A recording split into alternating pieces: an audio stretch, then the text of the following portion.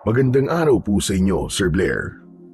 At pati na rin po sa inyong mga masugid na taga-suporta at tagapakinig sa inyong mga YouTube channel na The Voice Addict at mga kwento ni Apong Isaac. Nais ko munang magpasalamat sa mga kwentong ibinabahagi mo sa iyong channel dahil karamihan sa mga yon ay talaga namang kapupulutan ng magandang aral at inspirasyon sa buhay. Isa po ako sa masugid ninyong taga-suporta. Kaya isang malaking karangalan para sa akin na isa ang kwento ko sa babasahin at bibigyan ninyo ng buhay. Sa aking naging karanasan ay napagtanto ko na may masasakit na pangyayari sa buhay natin ang nagiging dahilan ng ating pagbabago at may mga tao na madali talaga tayong huhusgahan base lamang sa nakikita nila. Tawagin niyo na lamang po ako sa pangalan na Gustavo. At ito ang aking kwento. Ang aking kwento ay nangyari sa isang barangay sa Dueñas sa Iloilo. Pero hindi talaga ako sa lugar na yon ipinanganak at lumaki. Sa ibang lugar talaga ako nakatira.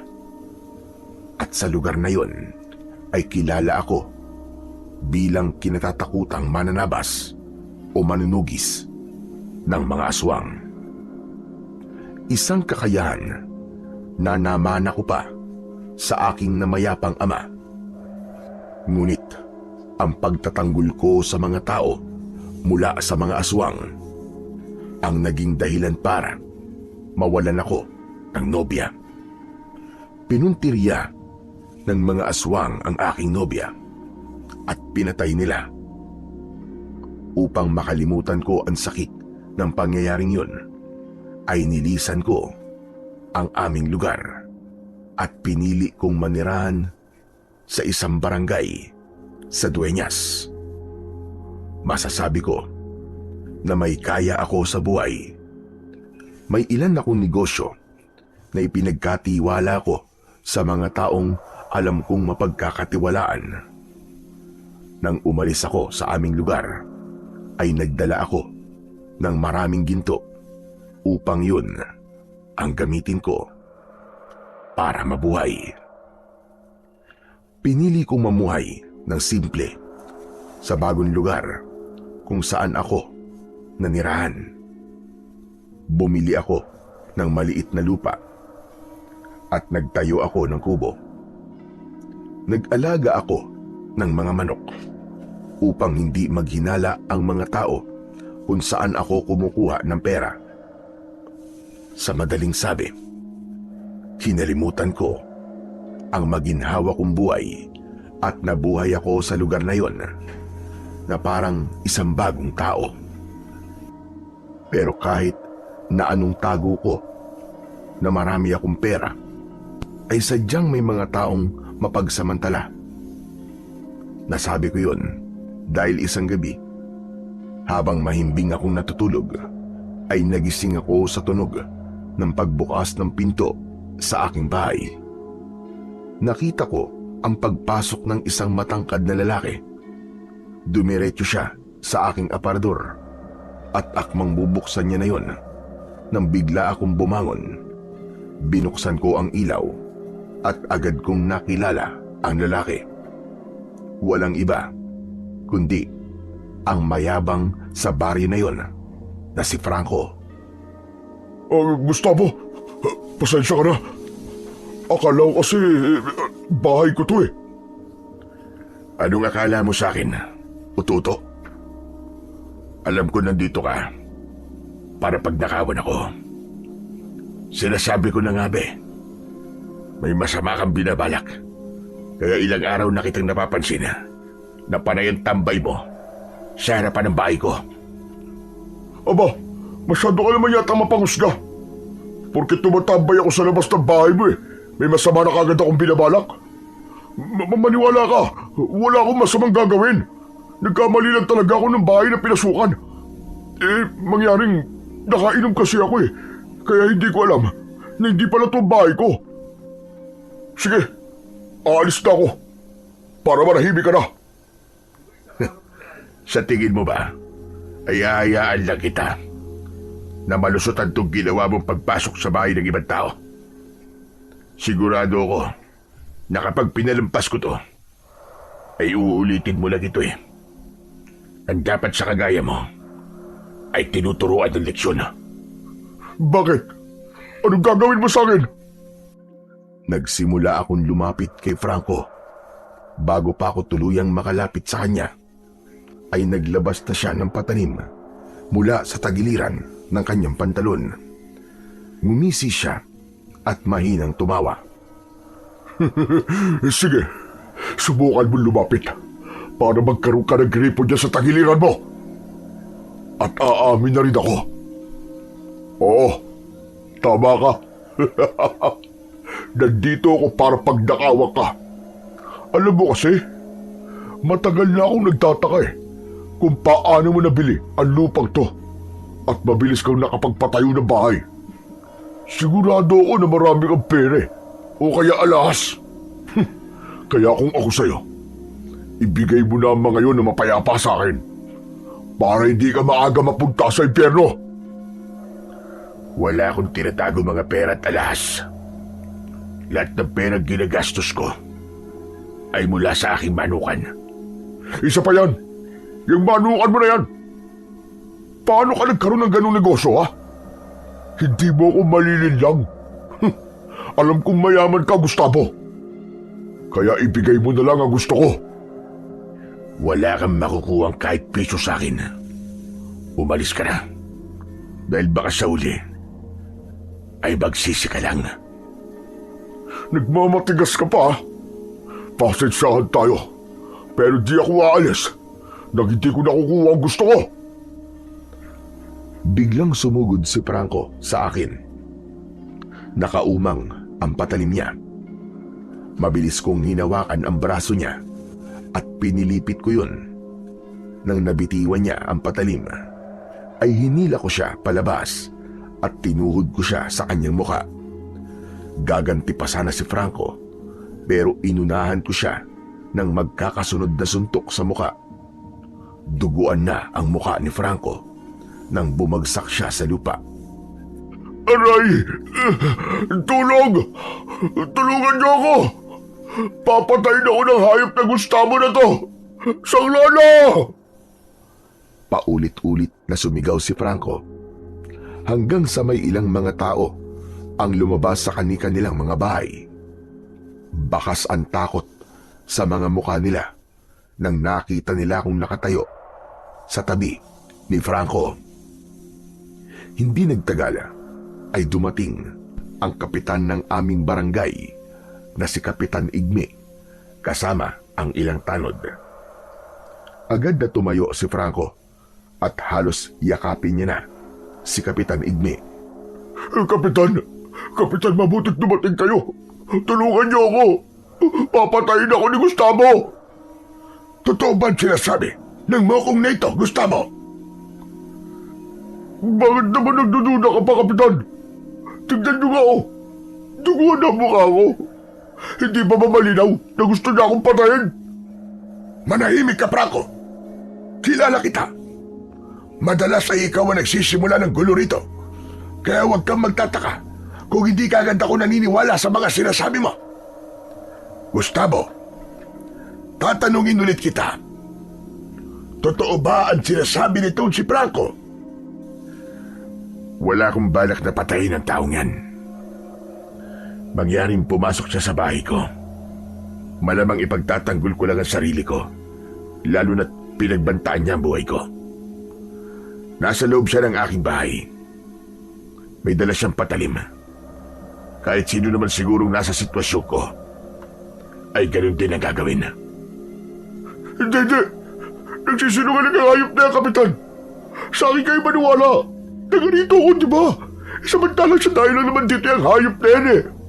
Hindi ka natin alam ang buong pagkatao niya. Basta na lang siya sumulpot dito. Mas mabuti pang sa barangay hall na lang tayo mag-usap. Sumunod kayong dalawa sa akin. Matalim kong tinignan si Franco at sinuklian niya ako ng nakakalokong ngiti. Wala na akong nagawa kundi ang sumunod kay Kapitan Igme. Pagdating namin sa barangay hall ay umupo kami ni Franco nang magkaharap. Umupo naman si Kapitan Igme sa unahan naming dalawa.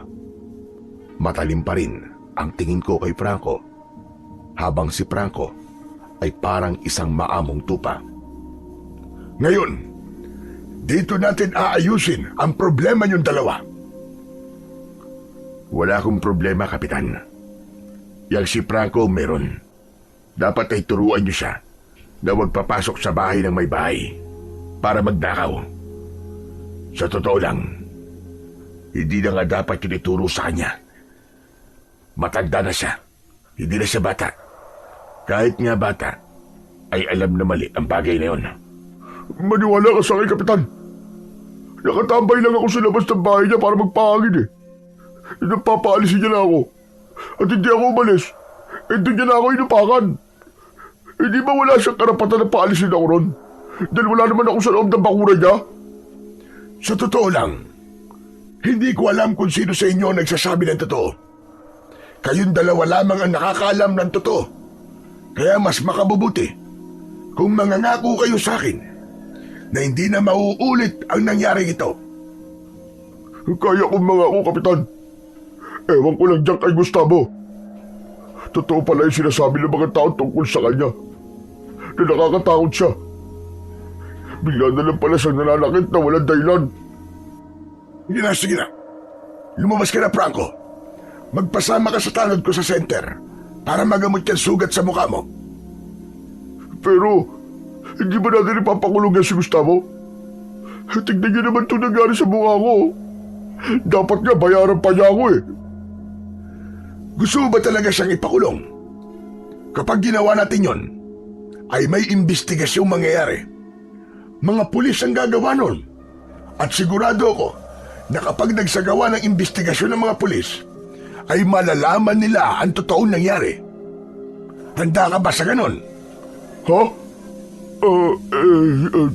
Huwag na pala. Gagaling din naman agad itong mga sugat ko eh. Ipagpapasa Diyos ko na lang ang lahat. Maraming salamat po, Kapitan. Nagmamadaling lumabas si Franco.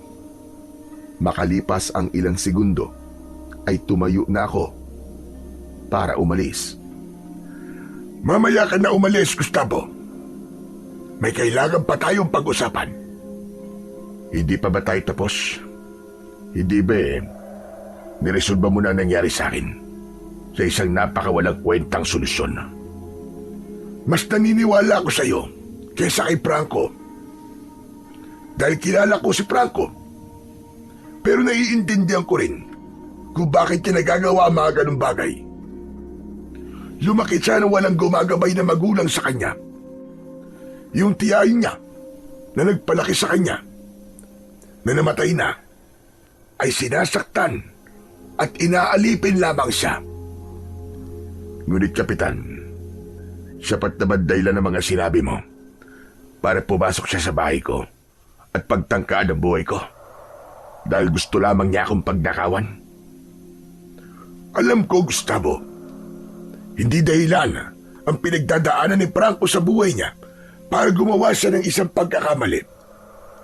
Pero sana, hindi mo na hinayaan na humantong sa kailangan mo siyang bugbugin. Tapos ang dami pang nakakita sa ginawa mo kay Franco.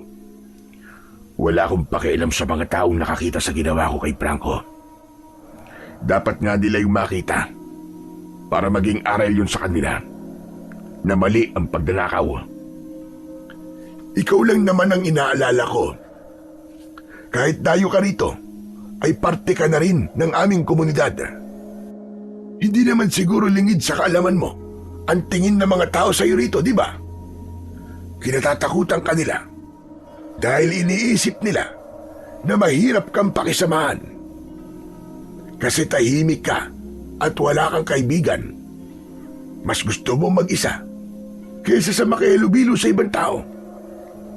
Kahit nga mga kapitbahay mo ay ayaw kang kausapin. Ano ba kasi gusto mo sabihin? Bakit di mo na lang ako diretsyahin? Ang dami mo pang paligoy-ligoy eh. Imbis na nakakauwi na sana ako ngayon sa bahay ko. Alam mo kasi, Gustavo, may mga taong nakakakita sa'yo na minsan ay naglalakad ka tuwing gabi at natatakot sila sa'yo. May ilan na ring nagsabi sa akin na dapat ay paalisin ka na rito, pero siyempre hindi ko yung pwedeng gawin kung wala ka namang ginagawang masama. Pero sa nangyari kanina, iisipin ng mga tao na mapanganib kang tao at hindi ka dapat nandito sa aming lugar. Wala silang karapatan na paalisin ako rito. Kung anong isipin nila sa akin, ay wala rin akong pakialam. Dahil hindi ako nabubuhay para ipakita na meron akong ginagawa maganda. Ang mahalaga ay alam ko sa akin sarili na wala akong ginagawa mali at hindi mali ang ginawa ko kay Franco. Dahil ipinagtanggol ko lamang ang aking sarili. Naiintindihan kita. Pero kapag marami na kasi nagsabi na kailangan mo nang umalis, ay wala akong magagawa kundi ang sundin sila. Ipapaalala ko lang sa iyo na ang desisyon ng mas nakakarami ang kailangan ko sundin. May sasabihin ka pa ba, Kapitan? Kung wala na, ay baka pwede na ako umuwi. Sige, pwede ka nang umuwi. Basta wag mo sanang kakalimutan ang lahat ng sinabi ko. Hindi na ako nagsalita. Umalis na ako at mag-isa akong naglakad pabalik sa bahay ko. Hindi lingid sa akin ang tingin ng mga tao sa lugar na yon. Alam ko na malaking dahilan ay ang aking itsura. Yung itsura ko kasi ay karaniwang itsura ng masasamang tao sa mga pelikula. Makapal ang balbas at bigote ko. Matalim palagi ang tingin ng mga mata. At hindi ako palasalita. Sinadya ko yun dahil ayoko nang magkaroon ng malapit na tao sa akin. Nang dahil kasi sa nangyari sa nobya ko, pakiramdam ko lahat ng tao mapapalapit sa akin ay mamamatay. Ang medyo nagulat lang ako ay nang sabihin ni Kapitan Igme na may ilang tao na nakakakita sa akin na lumalabas tuwing gabi. Totoo naman yun, pero ginagawa ko yun dahil ilang gabi na akong nakakaramdam na may aswang sa paligid. Sinisiguro ko lang na walang taong mapapahamak dahil sa aswang na yon. Ayoko namang sabihin kay Kapitan Igme ang dahilan kung bakit ako lumalabas tuwing gabi, dahil ayokong malaman nila na may kakayahan akong makipaglaban sa mga aswang. Isa pa, baka hindi niya ako paniwalaan at isipin niya na nasisiraan ako ng ulo. Kinabukasan ay maaga akong nagising. Madilim pa lang ay nagpunta na ako sa likod ng aking bahay. Sa ilalim ng puno ng mangga ay inalis ko ang isang malapad na bato. Hinukay ko ang parteng yun ng lupa hanggang sa tumambad sa akin ang isang baul. Mula sa baul ay kumuha ako ng ilang piraso ng ginto na ibibenta ko sa bayan para magkaroon ako ng pera. Muli kong tinabunan ng lupa ang baul at ibinalik ko ang bato sa ibabaw nun. Nang tuluyan ng nagliwanag, ay umalis na ako sa bahay.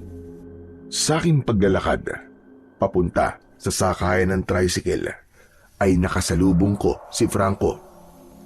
Namamaga ng gusto ang kanyang muka. Pero sa kabila ng inabot niya sa akin, ay nagawa pa rin niyang magyabang. Akala mo siguro, papaniwalaan ka ni Kapitan, no? Siyempre, mas papaniwalaan niya ako kaysa sa'yo. Kasi dayo ka lang naman dito eh. Saka lahat ng tao rito, takot sa'yo.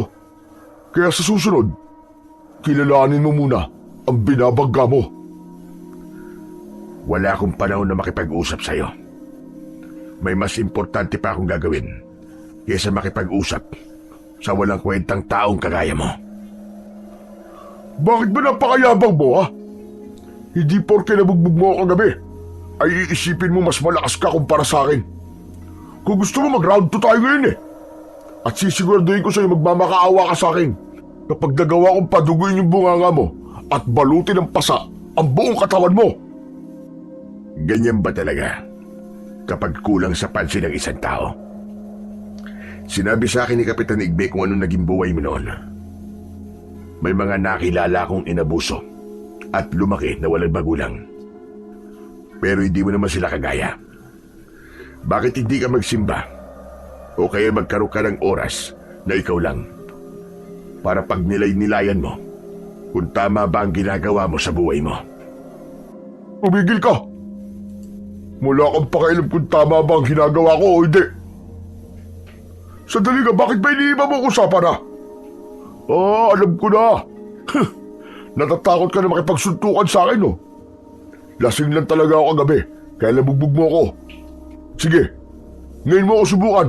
Porbahan mo! Napagtanto ko na isang malaking pagsasayang ng oras ang ginagawa kong pakikipag-usap kay Franco. Kaya nilagpasan ko na siya at ipinagpatuloy ko ang paglalakad. Kahit na anong tawag niya sa akin, ay hindi ko siya nilingon. Paulit-ulit niya akong tinawag ng duwag, pero hindi ko siya inintindi at inisip ko na wala akong naririnig. Pagdating ko sa bayan, ay mabilis kong naibenta ang mga dala kong ginto. Maingat kong inilagay ang pera sa dala kong lumang clutch bag. Malaki ang napagbentahan ko, kaya alam ko nasasapat yon sa akin ng ilang buwan. Yun lang ang ginawa ko sa bayan at bumalik na ako sa aming lugar. Naisipan kong dumaan sa palengke para bumili ng kakainin ko mamayang pananghalian. Pagkatapos kong mabili ang mga dapat kong bilhin, ay lumabas na ako ng palengke. Sa labas ng palengke ay isang batang lalaki ang umagaw sa aking pansin. Nakaupo ang bata sa gilid ng kalsada kahit tirik ang sikat ng araw. Nagbebenta siya ng mais na nakalagay sa basket. Bigla kong naalala ang batang ako. Gaya niya kasi ay nagbebenta rin ako ng mais noong bata pa ako. Lumapit ako sa bata at napansin ko ang pagguhit ng takot sa kanyang muka. Mang Gustavo, ano pong kailangan niyo sa akin? Wala akong gagawing masama sa'yo. Kaya bakit takot na takot ka? Hindi po ako natatakot. Bakit naman po ako matatakot sa inyo? Hindi ko naman sinabi sa akin na natatakot ka. Kung ganun, ay totoong natatakot ka nga sa akin. Maganda yan. Ibig sabihin, ay may kamalayan ka sa mga nangyayari sa paligid mo. Alam mo kung ano ang pinag-uusapan ng mga tao. Alam mo na may mga nagsasabi na dapat akong katakutan. Magkano pa lang mais mo? Isang daang piso po ang isang plastic. Ilang plastic pa ang meron ka? 4 na plastic na lang po. Bibili niyo na po ba lahat? Kaya niyo po tinatanong kung ilang plastic na lang po ang natitira sa akin? Bigyan mo ako ng isang plastic. Aanin ko naman ng ganong karaming mais kung bibiling ko lahat yan. Napakamot sa likod ng ulo ang bata. Inabot niya sa akin ang isang plastic ng mais. Inabutan ko naman ng bata ng 500 piso na buo. Naku, 500? Sandali lang po, magpapapalit lang po ako. Wala po kasi akong panukli eh. Teka, huwag mo na akong suklian. Sa'yo na yan 500. Ano po? Seryoso po kayo? Bakit mukha ba ako nagbibiro? Hindi naman po. Ang seryoso nga po ng mukha nyo eh. Pero kung sa akin na lang po itong 500, Sa inyo na po itong lahat ng mga mais ko. Nakalimutan mo na ba ang sinabi ko kanina? Hindi ko kailangan na maraming mais. Sapat na sa akin itong isang plastic. Ang gawin mo ay umuwi ka na lang sa inyo at ibenta mo mamaya o bukas sa mga mais na natira. Teka nga, bakit parang naiiyak ka?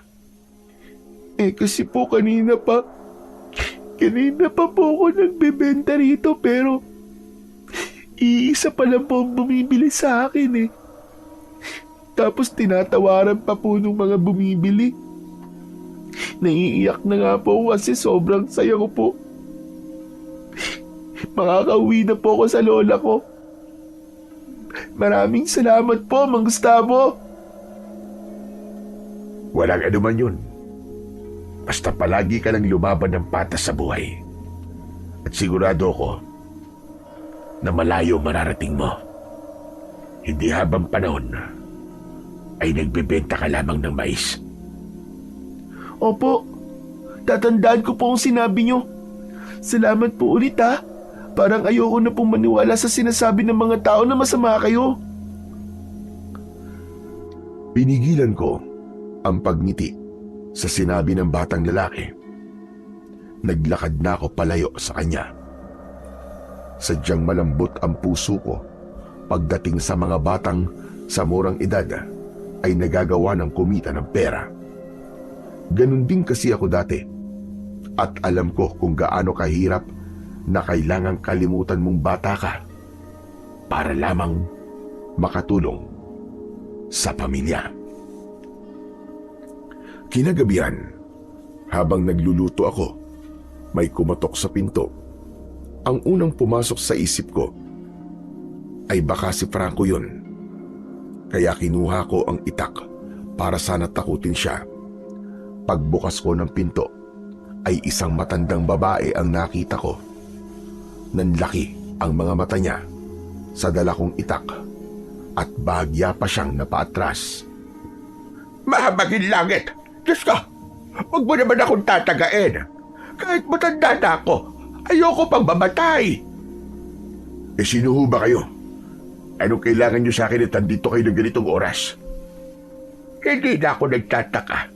Kung hindi mo ako kilala kasi wala ka naman talaga kilala sa mga tao rito. Kahit matagal ka nang nakatira rito. Ako si Petra. Pero pwede mo akong tawaging Lola Petra kung gusto mo. Dinalhan lamang kita ng niluto kong ginataang pretong tilapia na maraming petchay. At bakit mo naman ako bibigyan ng pagkain? Tsaka may lason ba yan? Isa ka ba sa mga gustong paalisin ako nito? At plano mo akong patayin? Bakit ba ganyan ka kung magsalita? Talaga bang wala kang tiwala sa kahit na sino sa mga tao rito? Hindi ba bumili ka kaninang umaga ng mais sa isang batang lalaki? Apo ko ang batang yon. Siya si Baste. Sinabi niya sa akin ang ginawa mo at sobra akong natutuwa at nagpapasalamat sa iyo. Malaking tulong ang iyong ginawa dahil paubos na ang gamot ko. Dahil sa iyo ay nakabili ako ng gamot at nakapagluto pa ako ng masarap na ulam. Kaya bilang pasasalamat ay tanggapin mo itong dala kong ulam. Huwag kang mag-alala. Wala yang lason. Malinis yan. Pero Lola, hindi na sana kayo nag-abala. Wala naman akong hinihinging kapalit sa tulong na ginawa ko sa inyong apo. Bakit parang tatagyan mo itong binibigay ko sa iyo, Amang? Alam mo, Gustavo, masarap akong magluto. Pangarap ko nga sana na magkaroon ng kalenderya. Kaya lamang wala pa akong puhunan. Sigurado ko na kapag natikman mo itong luto ko, ay makakalimutan mo ang pangalan mo. Maniwala ka sa akin. Imposibleng makalimutan ko ang pangalan ko. Pero sige ho, tatanggapin ko na po yung dala niyong ulam. Kinuha ko kay Lola Petra ang mangkok, pero hindi pa rin siya umaalis. Nanatili siyang nakatayo sa tapat ng aking pintuan. Hindi pa ba kayo aalis? Yung bangko ko kasi, dalawa na lang kasi ang ganyan namin sa bahay. Kasi palagi na lamang nababasag ni Baste. Kukunin ko na rin sana. Ilipat mo na lamang ang laman. Kalagayan mo. Ganun ho ba? O sige, sandali lang ho. Dinala ko sa kusina ang ulam at isinaling ko yon sa isa pang mangkok. Binalikan ko si Lola Petra at ibinalik ko na sa kanya ang kanyang mangkok. Hindi ko na hinugasan para makaulit pa ako sa inyo. Bakit nakatitig po kayo sa akin? Hindi pa ba kayo uuwi? Hindi lang kasi ako makapaniwala. Tatao ka pala talaga. Bakit naman ho? Ano ba tingin niyo sa akin, hayop? Hindi naman sa ganon. Ang ibig kong sabihin ay kahit mukha kang hindi gagawa ng mabuti, ay may kabutihan pala dyan sa puso mo. Ngayon ay napatunayan ko na mali pala ang iniisip ng mga tao tungkol sa iyo. Sa totoo lang, isa ako sa nag-isip na masama kang tao dahil sa panlabas mong itsura at dahil wala kang kaibigan. Umuwi ka na, Lola. Baka hinahanap ka na ng apo mo. O sige, aalis na ako. At magbebenta pa nga pala kami mamaya ng balot. Matamis na ngumiti si Lola Petra bago siya tuluyang umalis. Isinarado ko ang pinto at sandali akong natigilan. Ang totoo ay iniiwasan ko na magkaroon ng mahabang interaksyon o pakikipag-usap sa tao. Natatakot kasi ako na baka mapalapit ako sa tao at maulit na naman yung nangyari sa nobya ko na pinatay ng aswang. Tinabi ko sa sarili ko na yun na ang una't huling gagawin ko yun.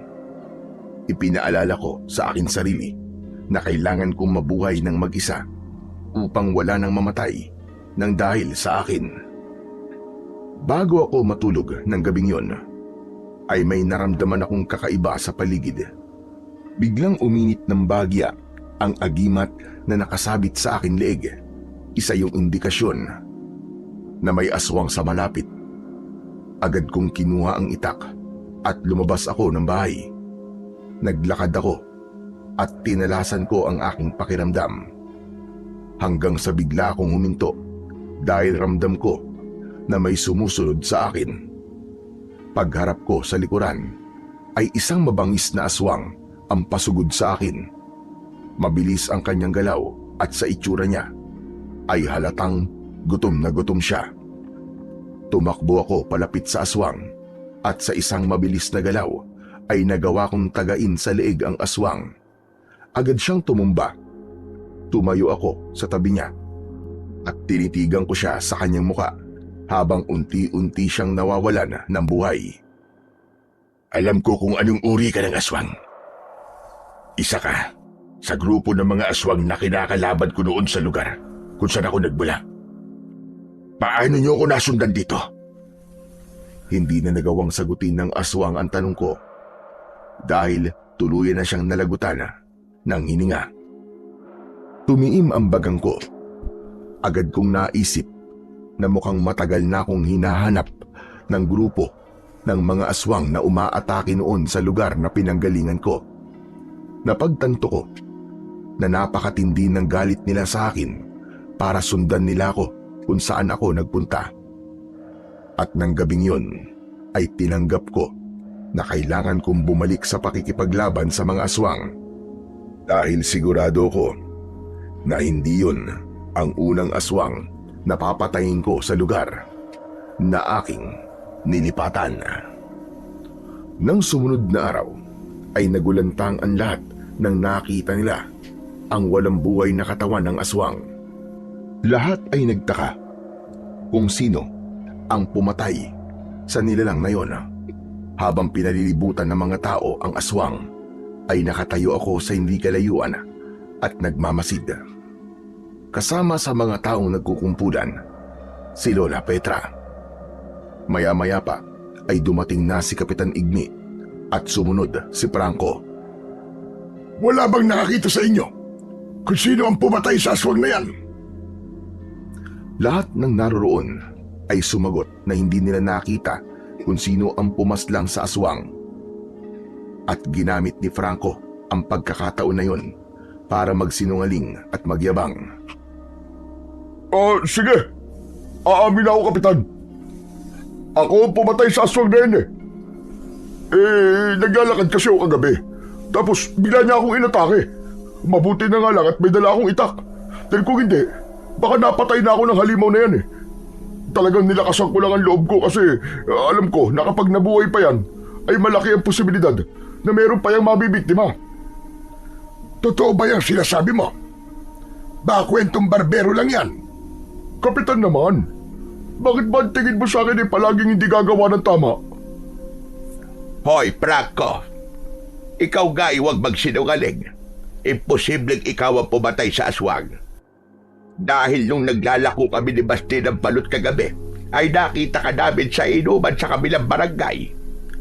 Huwag mo ngang ugaliin na magnakaw ng papuri na hindi naman dapat sa iyo. Nakita mo na, Franco. Mabuti na lamang at andito si Haling Petra.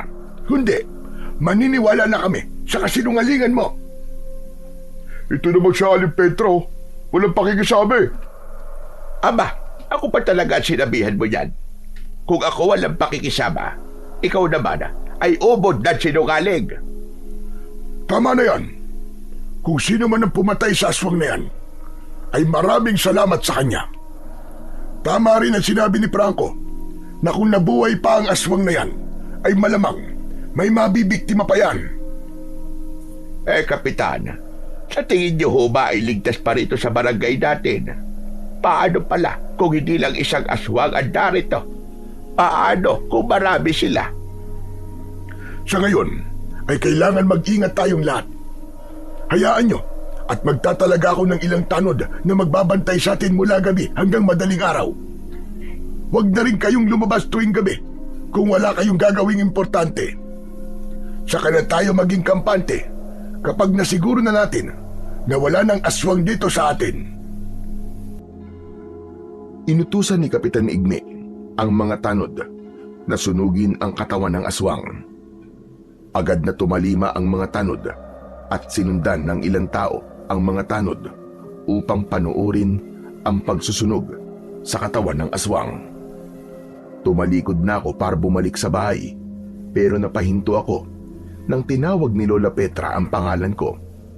Tumayo siya sa unahan ko. Ano kung kailangan nyo, Haling Petra? Narinig mo naman siguro ang mga sinabi ni Kapitana. Kailangan nating mag-ingat dahil baka merong pag-aswang dito sa atin. Hindi ako bingi, kaya narinig ko ang lahat ng yun. Tsaka hindi niyo ako kailangang paalalahanan. Isa pa, kaya kong ipagtanggol ang sarili ko. Sandali. Ikaw ba pumatay sa aswang, Gustavo? Ano ba sinasabi nyo? Ang sabi mo ay hindi ka bingi, hindi ba? Gusto mo bang ulitin ko pa ang tanong ko? Hindi ko kasi alam kung anong tumatakbo sa isip nyo para tanungin mo ko nang kung ako ang pumatay sa aswang. Hindi ako ang pumatay sa halimaw na yon dahil wala akong pakialam sa problema ng lugar na ito. Hindi yan ang nakikita at nararamdaman ko sa iyo. Kahit tahimik ka at parang walang pakialam sa nangyayari sa paligid mo, ay ramdam ko ang kabutihan dyan sa puso mo. Kaya duda ko sa sinabi mo. Malakas ang pakiramdam ko na ikaw ang pumatay sa aswang.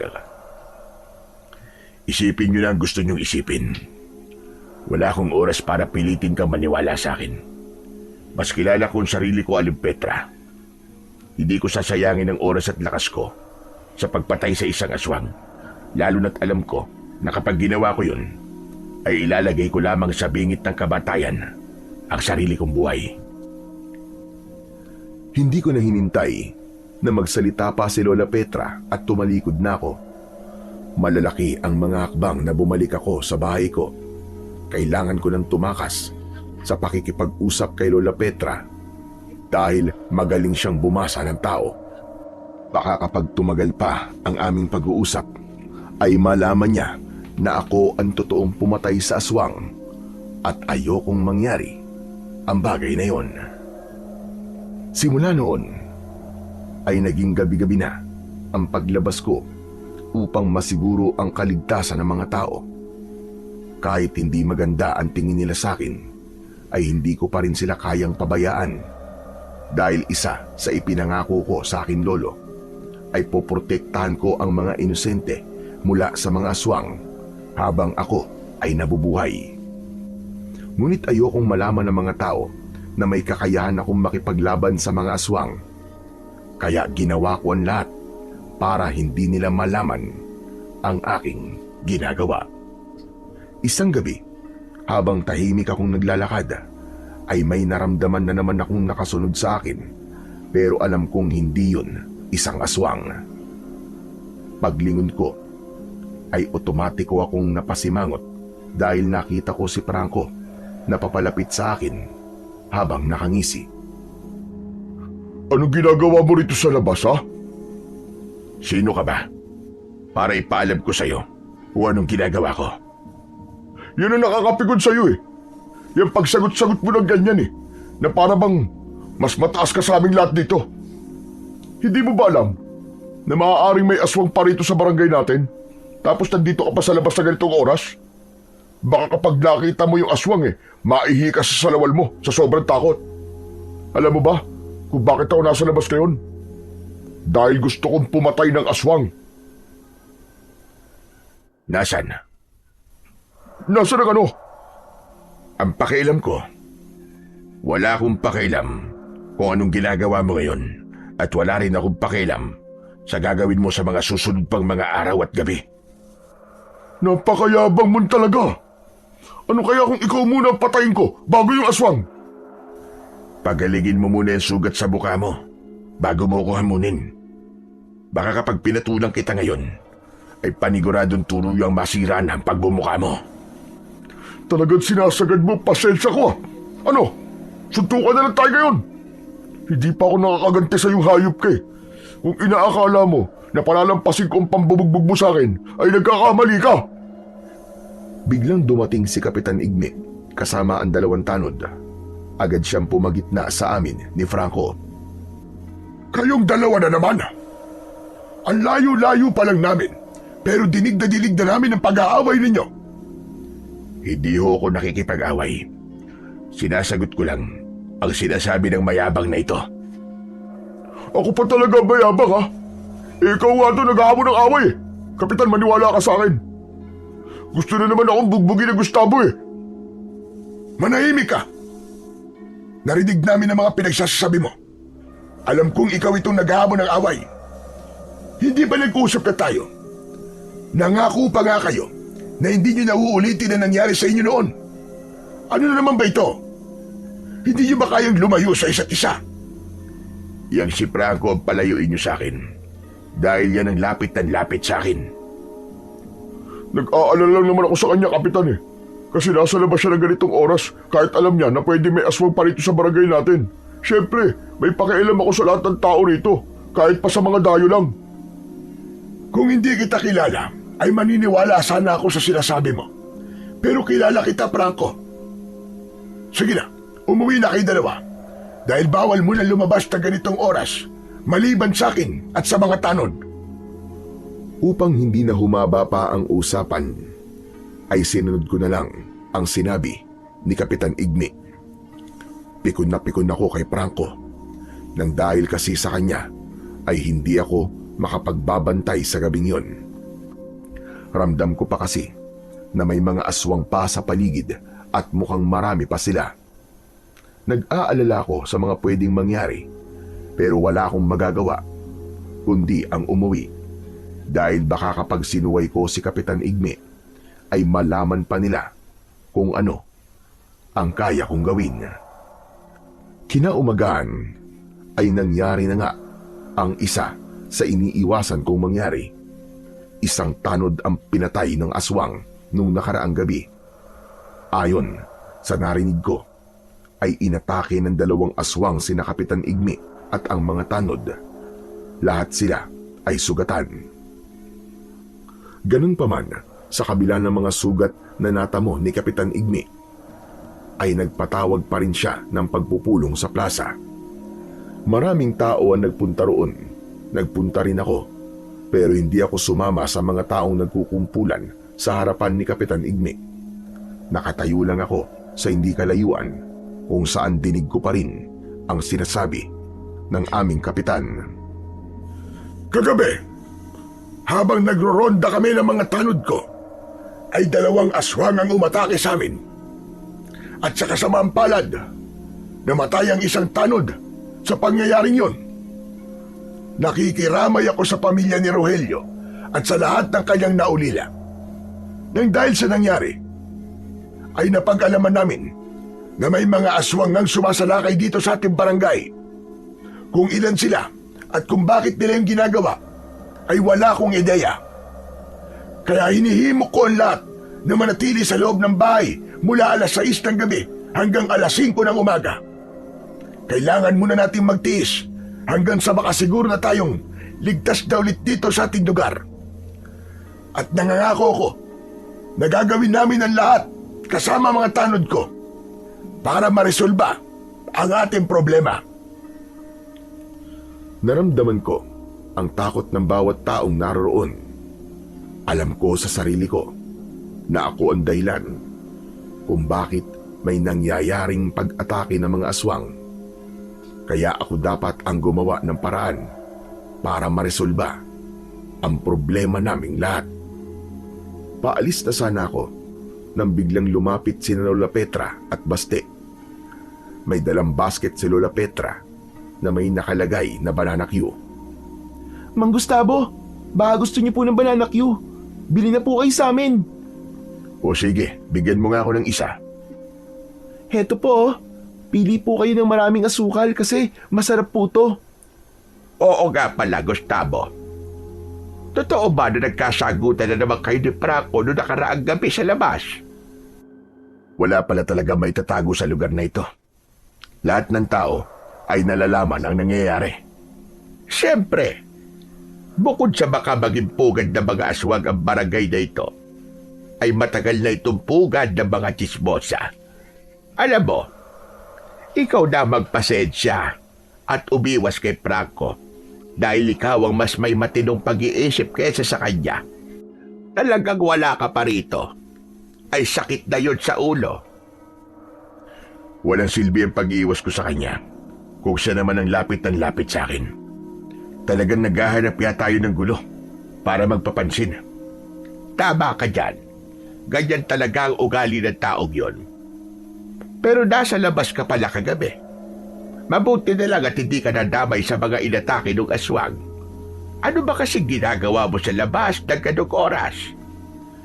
Nagpapahangin lamang po ako.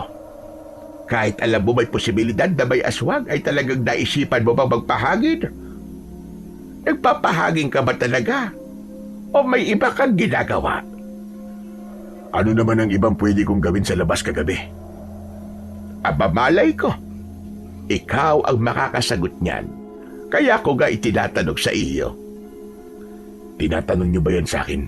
Kasi hanggang ngayon, ay iniisip niyo pa rin na ako ang pumatay doon sa aswang? Na kaya ako nasa labas ay dahil naghahanap ako ng aswang para patayin? Aba, wala akong sinabing ganyan. Ikaw ang nagsabi niyan. Kaya, baka nga ganon ang ginagawa mo. Wala kang nga sinabing ganon. Pero alam ko kung anong tumatakbo sa isip mo.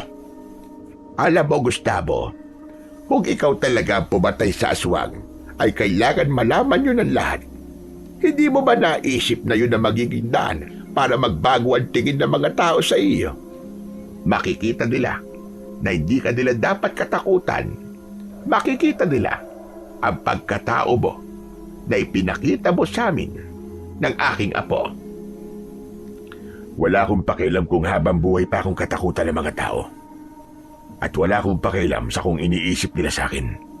Isa pa, wala ho akong kakayan na makipaglaban sa mga aswang. Kaya alisin niyo na ho sa utak niyo ang hinala niyo na ako ang pumatay doon sa aswang. Pero mukha po kayong malakas eh. Ang laki po kasi ng katawan nyo. Kung titignan ko po kayo, masasabi ko po na kaya nyo nga pong pumatay ng aswang. Talagang maglola nga kayo. Parehas kayong makulit. Bakit hindi na lang kayo magpasalamat na mayroong pumatay doon sa aswang? Kung ayaw niyong malaman ng mga tao ang ginawa niya, ay irespeto na lang natin siya. Nasabi ko to dahil kung nais niyang malaman ng mga tao na siya ang pumatay sa aswang, ay kusa siya magpapakilala. Hindi ho ba? Lumayo na ako kina Lola Petra at Baste. Muli kong iniwasan ang pakikipag-usap sa kanila dahil malakas ang pakiramdam ko na kapag nagtagal ay malalaman na nila ang tinatago ko. Ipinagpatuloy ko ang aking paglabas tuwing gabi upang tugisin ang mga aswang. Sa pagkakataon na yon ay mas naging maingat na ako sa aking galaw dahil alam ko na nagro-ronda rin sina Kapitan Igmi at ang mga tanod. Kapag nakita nila ako sa labas sa gabi, ay paniguradong kikwestiyonin nila ako. Hanggang isang gabi, 2 aswang ang aking nakalaban malapit sa kasukalan. Dahil sa biyasa ako sa pakikipaglaban, ay nagawa ko silang paslangin gamit ang itak at sarili kong lakas. Kinaumagaan, pinagkaguluhan ng mga tao ang 2 bangkay ng aswang. Habang nakamasid ako sa hindi kalayuan, ay nasaksiyan ko ang pagtataka ng mga tao kung sino ang pumaslang sa mga halimaw. Nang dumating si Kapitan Igmi, ay hindi rin siya makapaniwala. Maya-maya pa ay dumating na rin si Lola Petra at sumunod si Franco. Sino kaya ang pumatay sa mga aswang na yan? Bakit kaya hanggang ngayon ay hindi pa rin siya nagpapakilala? Ayaw niyo kasi maniwala sa akin, Kapitan eh. Ako nga ang pumatay sa 2 yan. Gumamit ako ng sibat na gawa sa kawayan. Kung nakita niyo lang sana ang hirap na dinanas ko para lang mapatay ang aswang na yan, ay siguradong hahanga kayo sa akin. Halatang nagsisinungaling ka, Franco. Tignan mo mabuti ang mga sugat ng mga aswang. Malinaw na itak ang ginamit sa pagpatay sa mga yan at hindi isang sibat. Tama. Itak nga ang ginamit ko. Nakalimutan ko kasi sobrang napagod ako sa pakikipaglaban sa kanila eh. Pwede ba, Franco? Walang maniniwala sa iyo na kaya mo pumatay ng aswang. Eh kay Gustavo nga, hindi ka na umubra. Sa aswang pa kaya? Tumahimik ka nga, matanda ka. Pumapatol ako sa matanda para sa kaalaman mo. At pumapatol din ako sa lalaking malaki ang katawan pero puro kayabangan ang alam. Ano? Gusto mo ba'y magsuntukan tayo dito ngayon? Karatihin pa kita dyan eh. Talaga gusto mo masaktan ha? Sige, pagbibigyan kita. Tama na yan, Franco. Hindi ka dapat nagsasalita ng ganyan kay Aling Petra. Matuto ka namang gumalang sa mas nakatatanda sa'yo. Bastos kan talaga. Grabe din kasi ang bunganga na matandang yan eh. Kala mo Armalite eh. Sinabi nang tumigil ka na eh. Tama na. Tatamaan ka sa akin.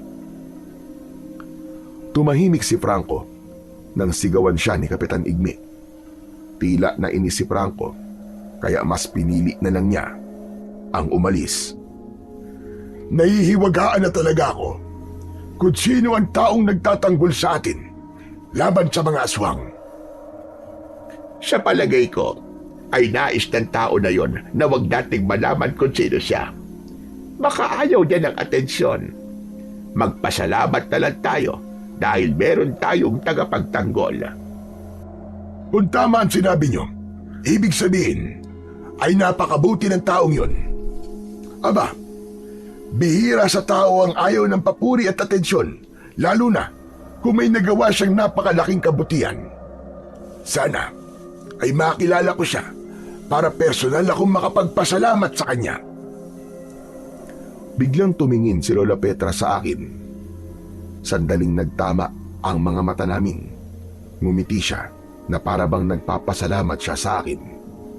Agad akong tumalikod at naglakad palayo. Ramdam ko na hanggang sa sandaling yon ay may hinala pa rin siya na ako ang pumapatay sa mga aswang sa lugar na yon. Naging usap-usapan ng mga tao ang misteryosong tagapagtanggol. Marami ang may gustong makilala kung sino ang pumapatay sa aswang. Kanya-kanya rin sila ng haka-haka sa pagkatao ng tagapagtanggol. Kung tutusin, pwede kong gamitin ang pagkakataon na yon para mag-iba ang tingin at pakikitungo ng mga tao sa akin. Pwede kong sabihin sa lahat na isa akong mananabas o manunugis ng mga aswang. Pero hindi ko yun gagawin. Wala na akong pakialam sa kung anong magiging tingin sa akin ng iba. Mas gusto ko ang tahimik na buhay at hindi yung sa tuwing may problema sa aswang ay ako ang lalapitan. At gusto ko, kikilos ako ng naaayon sa aking kagustuhan at hindi sa dikta ng ibang tao. Isang gabi, pagkatapos kong maghapunan, ay umupo ako sa labas ng aking bahay. Maya-maya pa ay dumaan sina Lola Petra at Baste. May dala silang basket. Sumisigaw si Baste ng balut. Tinawag ko sila para bumili. Bibili po ba kayo, Mang Gustavo? Ano ka ba naman, Baste? Kaya nga niya tayo tinawag. Malamang ay bibili siya. Ilang balot ba ang bibilin mo? Isa lang ho. Inabutan ako ni Lola Petra ng isang balot. Binayaran ko siya ng 100 piso. Nako, wala pa kaming panukli, Gustavo. Pwede mano ka kasi namin. Huwag niyo na ako kung suklian. Sa inyo na po lahat ng yan. Bigyan mo lang ulit ako ng ulam sa susunod.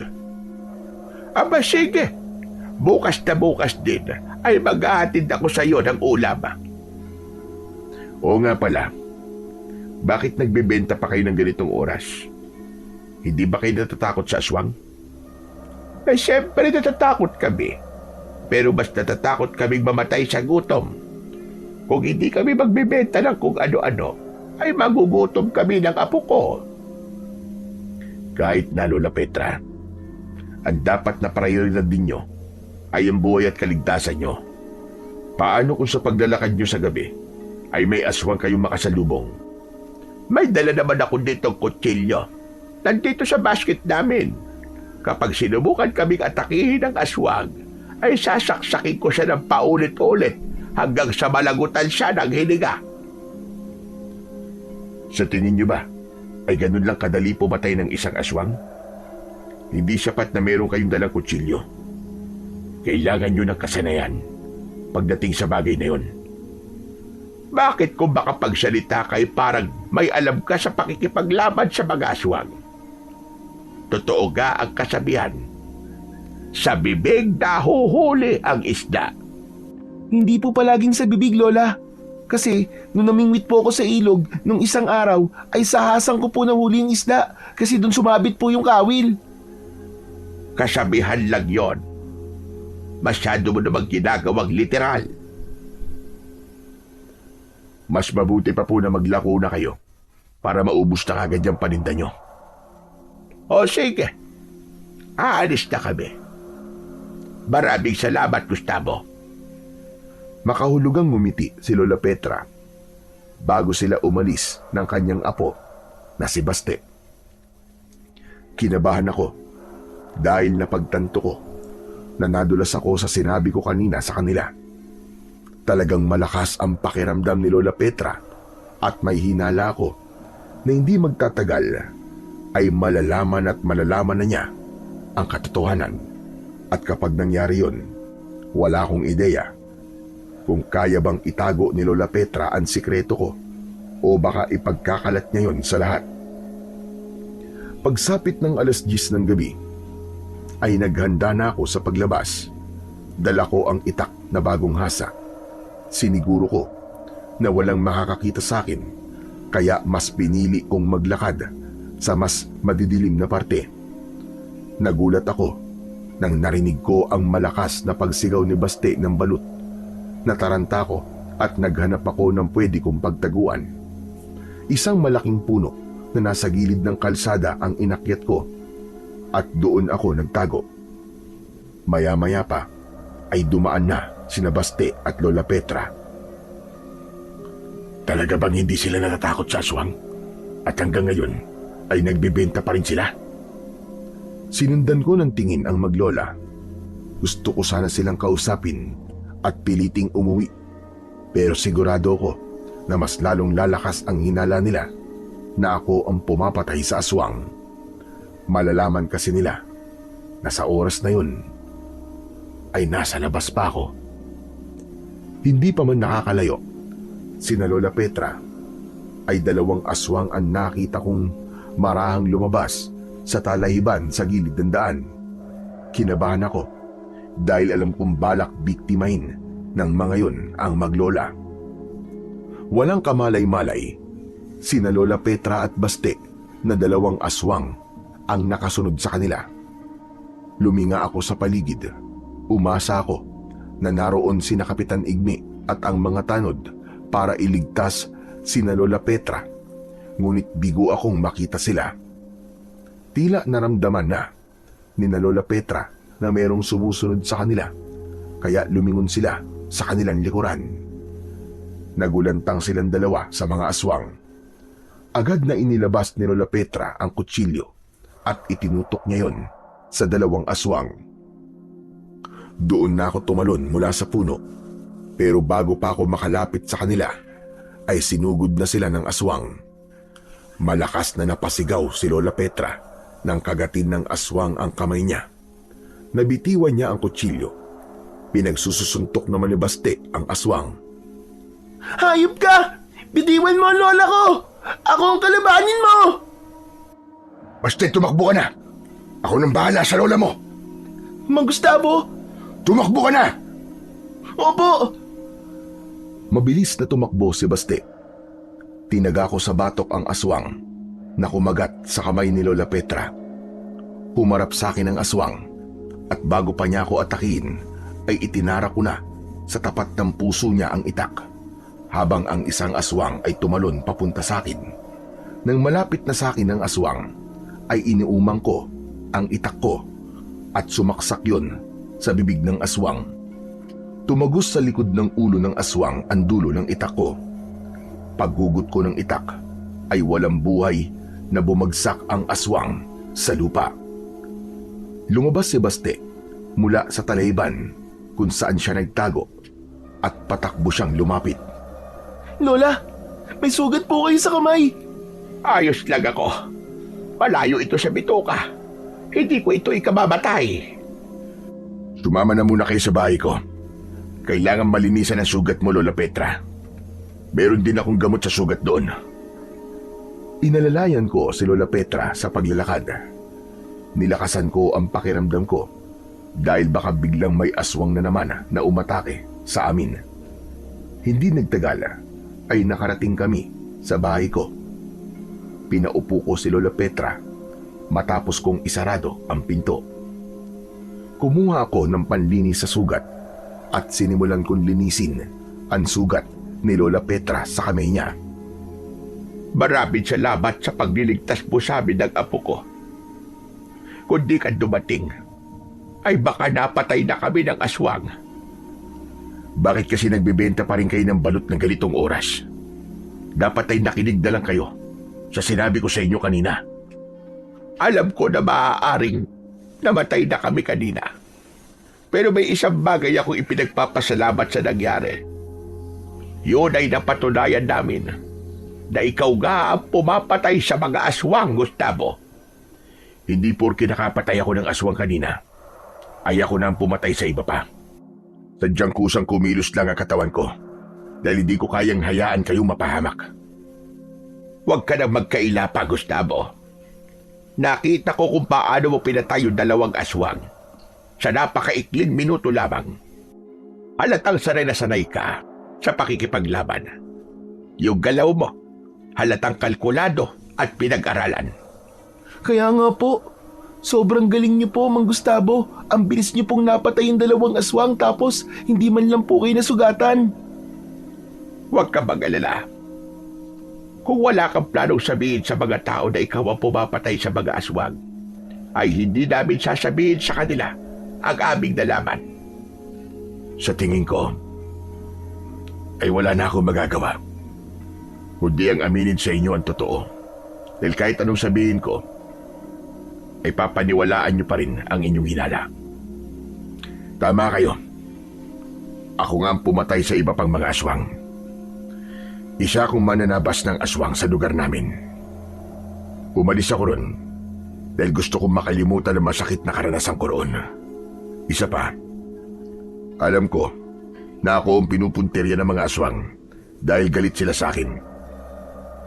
Ako kasi ang dahilan kung bakit mabilis silang nauubos. Tama ba ang aking pagkakaintindi? Sinundak ka rito ng mga aswang na dati mong kinalaban sa lugar kung saan ka nanggaling. Ganun na nga ho. Pero hindi ko intensyon na sundan ako rito ng mga aswang at magkaroon dito ng kaguluhan. Hindi ko naman akalain na masusundan nila ako rito. Wala kang dapat na ipaliwanag, Gustavo. Para sa akin, ay wala kang kasalanan sa nangyayari. Maganda nga na ikaw mismo ang gumagawa ng paraan para matapos ng kaguluhan dito. Pero ano ba ang dahilan at ayaw mong ipaalam sa mga tao na ikaw ang pumapatay sa mga aswang? Sigurado ko na kapag nalaman nila yon, ay magbabago ang tingin nila sa iyo. Ayaw mo bang mangyari ang ganon? Sinagot ko na po ang tanong niyong yan. Isa pa, ayoko may makaalam na may kakayahan ako makipaglaban sa mga aswang. Kahit nga sana sa inyong dalawa, ay ayokong sabihin. Pero wala na akong magagawa dahil nalaman niyo na. Hindi ko kasi kayo kayang hayaang mapahamak ng dahil sa mga aswang. Tunay kang mabait ka, Gustavo. Patawarin mo kami kung hinusgahan ka namin ni Baste sa panlabas mong itsura. Ginagawa ko lamang ang alam kong tama. Pero sana, ay hindi ba kalabas sa ating tatlo ang nalaman niyo tungkol sa akin? Pangako, Gustavo. Wala kaming pagsasabihan. So din po, promise po. Hindi ko po sasabihin sa kahit na kanino na nakipaglaban po kayo sa aswang. Inaasahan ko, natutupad kayo sa ipinangako niyo sa akin. Tinapos ko na ang paglilinis sa sugat ni Lola Petra. Nilagyan ko na yun ng gamot at benda. Inihatid ko na rin sila sa kanilang bahay para makasigurado ako na ligtas silang makakauwi. Hindi na ako nagtagal doon at bumalik na ako sa bahay ko. Magaan ang aking pakiramdam nang humiga ako sa papag. Muli ko kasing naramdaman yung pakiramdam na may mga taong nagpapasalamat sa akin dahil nagawa kong iligtas ang kanilang buhay. Kahit nalaman ni na Lola Petra at Baste ang sikreto ko, ay masaya pa rin ako dahil ligtas silang dalawa. Kinabukasan ay nagkagulo na naman ang mga tao dahil sa dalawang bangkay ng aswang na kanilang nakita. Naging masaya sila dahil sa misteryosong tagapagtanggol na pumapatay sa mga aswang. Pagsapit ng tanghali ay binisita ako ni Lola Petra. May dala siyang mangkok ng adobong manok. Maraming salamat pala ulit sa pagliligtas mo sa amin kagabi ni Baste. Walang anuman yun, Aling Petra. At sana ay wag na kayo magbenta tuwing gabi para hindi na maulit ang nangyari. Hindi sa lahat ng oras ay malalaman ko na inaatake kayo ng aswang. Huwag kang mag-alala. Dahil nakapag-desisyon na kami ni Baste na hindi muna kami maglalako ng balot sa gabi. Saka na lang kapag wala ng mga aswang. Mabuti naman ho kung ganun.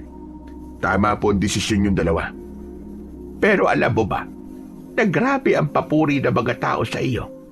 Lahat sila ay gustong malaman kung sino ang aming lihim na tagapagtanggol. Wala akong balak na magpakilala sa kanila, Lola Petra. Ayoko maging magulo ulit ang buhay ko. Isa pa, naranasan ko na noon sa lugar namin na purihin ng mga tao dahil sa pagliligtas ko sa buhay nila. Para ho sa akin ay sapat na yun. Ang gusto ko lang mangyari ngayon ay maubos na kagad ang mga aswang na sumasalakay dito. Sa tingin mo ba, ay marami pa ang mga aswang na kailangan mong patayin? Hindi ko po alam. Kaya wala akong ideya kung kailan matatapos ang lahat ng ito. Pero wag po kayong mag-alala kasi hindi ako titigil hanggat hindi sila nauubos. Gagawin ko ang lahat para bumalik sa normal ang buhay ng mga tao rito. Muling nagpasalamat si Lola Petra at pagkatapos ay nagpaalam na siya. Nang nakaalis na siya, ay nagsimula na akong maghain ng pagkain para sa aking pananghalian. Habang kumakain, ay naisip ko na maaaring maging mahaba pa ang laban na kailangan kong harapin. Kaya kailangan kong maganda ng husto. Isang umaga, nasa likod ako ng aking bahay habang naghahasa ng itak. Maya-maya pa ay humahangos na dumating si Baste at bakas sa mukha niya ang labis na pag-aalala.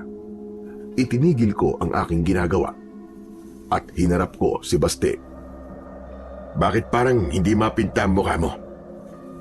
May masama bang nangyari? Meron po. Papunta na po rito ang mga tao. Teka, at bakit naman sila papunta rito? Sandali. Sinabi niyo ba ni Lola Petra sa kanila na ako ang pumapatay sa mga aswang? Hindi po. Hindi po namin yung ginawa. Bago pa matapos ni Baste ang kanyang sinasabi, ay narinig ko mula sa harapan ng aking bahay ang sigawan ng mga tao. Tinatawag nila ang pangalan ko. Labis ako nagtaka. Pumunta ko sa unahan ng aking bahay at bumungad sa akin ang mga tao. Nasa harapan nila si Franco na may nakakalokong ngisi habang nakatingin sa akin. Anong kalokohan na naman ba ito, Franco? Hindi ito isang kalokohan. Nandito kami para paalisin ang aswang sa aming lugar. At ikaw yon, Gustavo! Ano ka mo? Ako? Aswang? Nagpapatawa ka ba? Kung di ka aswang, ipaliwanag mo kung bakit simula na dumating ka rito ay nagkaroon na ng aswang dito. Kaya sigurado ako na ikaw nga ang aswang. Baka nga ikaw pa ang pinuno ng mga aswang eh. Hindi totoo yan. Hindi aswang si Mang Gustavo. Baste, huwag ka na makialam iyo. Hoy, Baste! Lumayo ka nga sa aswang na yan. Mamaya kainin ka niyan. Sinabi nang hindi ako aswang eh. Sa tingin mo ba ay maniniwala kami sa sinasabi mo ngayon? Kaya kung ayaw mong kami ang pumatay sa'yo, ay mas mabuti pang umalis ka na. Nagngalit ang bagang ko. Mariin kong naikuyom ang aking mga kamay. Galit na galit ang mga taong nasa aking harapan. Sigurado ko na kahit itanggi ko ang paratang nila sa akin, ay hindi nila ako paniniwalaan. Para sa ikatatahimik niyong lahat, ay aalis na lang ako rito. Mabuti naman. Yan lang naman talaga dapat mong gawin eh. Aswang! Pinauwi ko na si Baste sa bahay nila. Pumasok na ako sa aking bahay at nagsimula na akong mag-empake ng mga damit. Sa labas ay paulit-ulit akong tinatawag na aswang ng mga tao. Pero sa kabila ng nangyayari ay hindi ko naisip na sabihin sa kanila kung sino talaga ako at kung ano ang kaya kong gawin. Maya-maya pa ay nawala na ang ingay ng mga tao sa labas. Sumilip ako sa bintana at nakita ko na magkakasabay silang naglalakad papalayo sa bahay ko. Ipinagpatuloy ko ang aking pag-iimpake. Hindi pa rin ako makapaniwala sa nangyayari. Kahit wala sa plano ko ang umalis sa lugar na yon, ay sinunod ko na lang ang gusto ng mas nakararami para hindi na magkagulo. Makalipas ang ilang sandali, ay may kumatok sa pinto. Nang buksan ko yon, ay bumungad sa akin si Lola Petra. Pinapasok ko siya dahil ayokong may makakita na kausap niya ako. Baka kasi pati siya ay pag-initan ng mga tao. Sinabi sa akin ni Baste ang nagyari. Totoo bang aalis ka na rito, Gustavo? Dahil sa sinabi ng mga tao na isa kang aswang. Opo, Lola Petra. Mas mabuting Sundin ko na lamang kung ano ang gusto nila kaysa magkagulo. Bakit hindi mo sinabi sa kanila na hindi ka isang aswang? Sa tingin niyo ho ba ay hindi ko yung ginawa? Wala pa rin nangyari dahil ayaw nilang maniwala sa akin. Di dapat sinabi mo na ikaw ang pumapatay sa mga aswang para malaman nila ang katotohanan. Sa tingin niyo ba'y papaniwalaan nila ako? Mukhang nalaso na ni Franco ang mga utak nila. Sigurado ko na ito ang paraan niya para makaganti sa ginawa ko sa kanya. Ako ang magsasabi sa mga tao. Sasabihin namin na iniligtas mo kami ni Baste. Siguro naman ay papaniwalaan kami ng mga tao kapag kami ang nagsabi. Huwag na ho, Aling Petra. Hindi niyo kailangan gawin yan. Kapag hindi kayo pinaniwalaan ng mga tao, iisipin nila na kasabwat ko kayo. Baka pati kayo ay palayasin nila. Loko talaga ang Franco na yon. Nang nakaraang araw ay nakarating sa akin na pinagkakalat niya na isa kang aswang. Ang akala ko naman ay hindi siya papaniwalaan ng mga tao dahil kilala siyang loko dito. Kaya hindi na ako nag-abalang sabihin yun sa iyo. Ngayon ko lang napagtanto na karamihan pala sa mga tao nito ay hindi marunong mag-isip.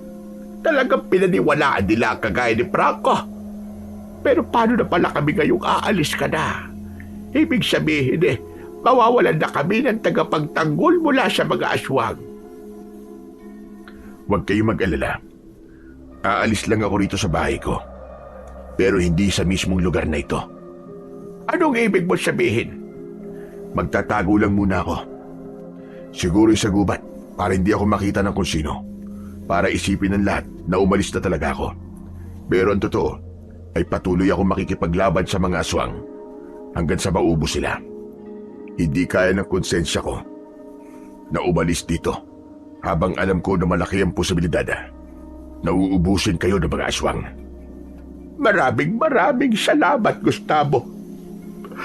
Tunay kang napakabuti ng iyong puso. Amat, dahil sa kabila ng ginagawa sa iyo ng mga tao, ay hindi mo pa rin sila kayang pabayaan.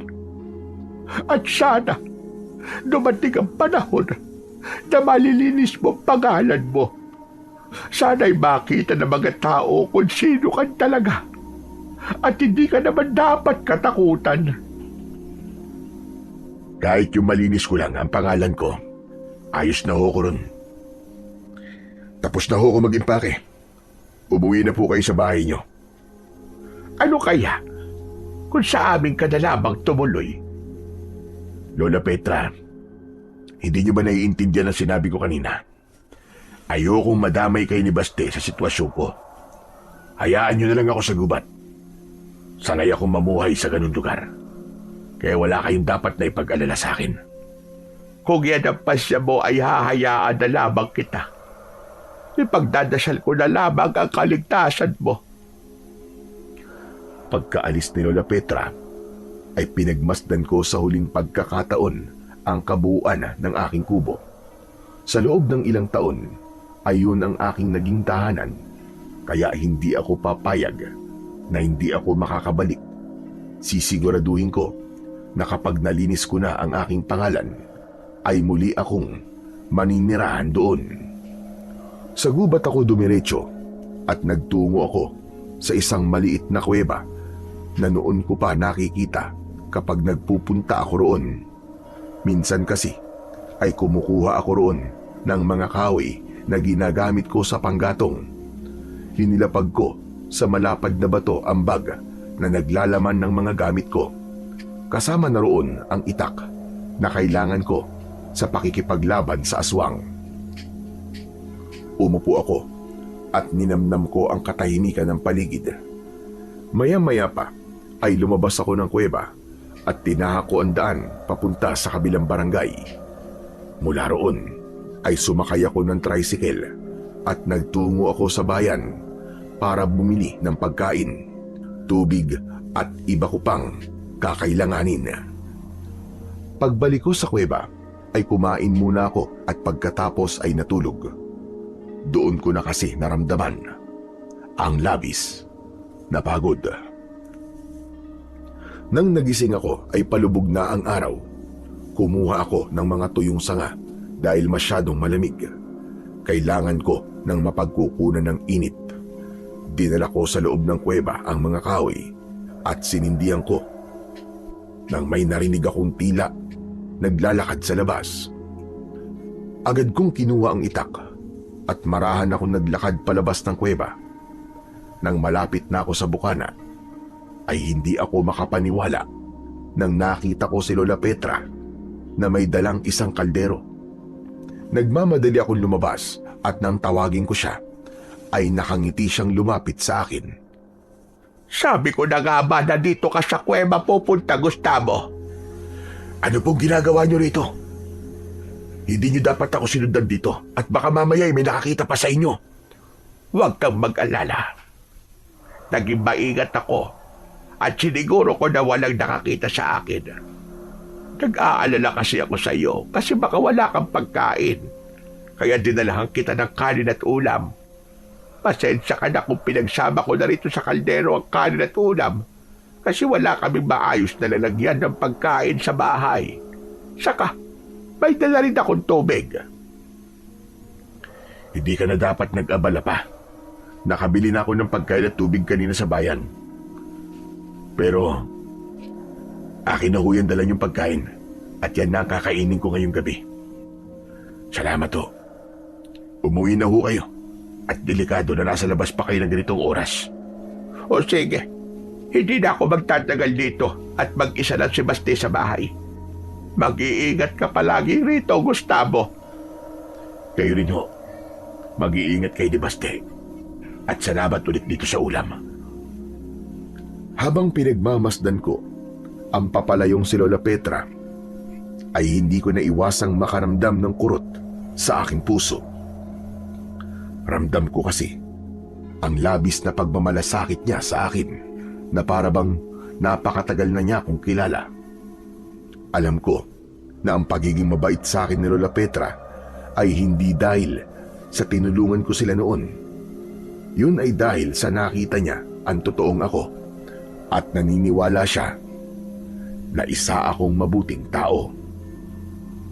Sa mga lumipas na araw ay nagtiis akong manirahan sa kuweba.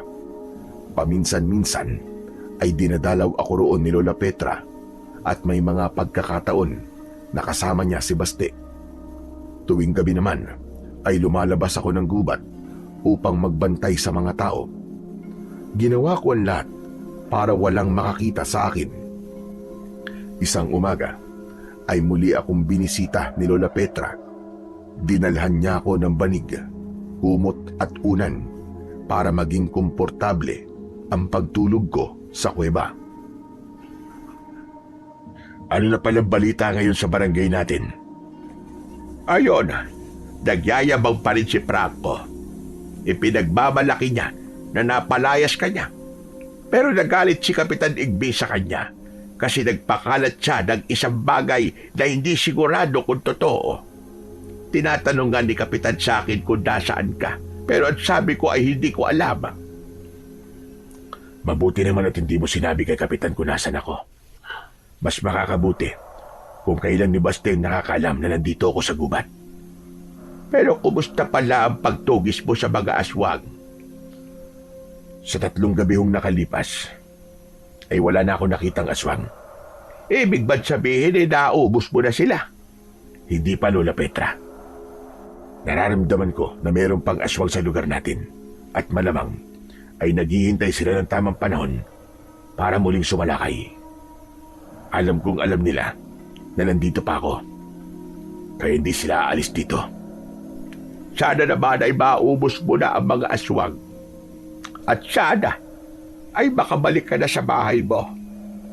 Oo nga pala, paminsan-minsan ay naglilinis kami ni Baste sa bahay mo. Alam ko kasi na babalik ka roon, kaya hindi namin yun pinapabayaan. Maraming salamat po, Lola Petra.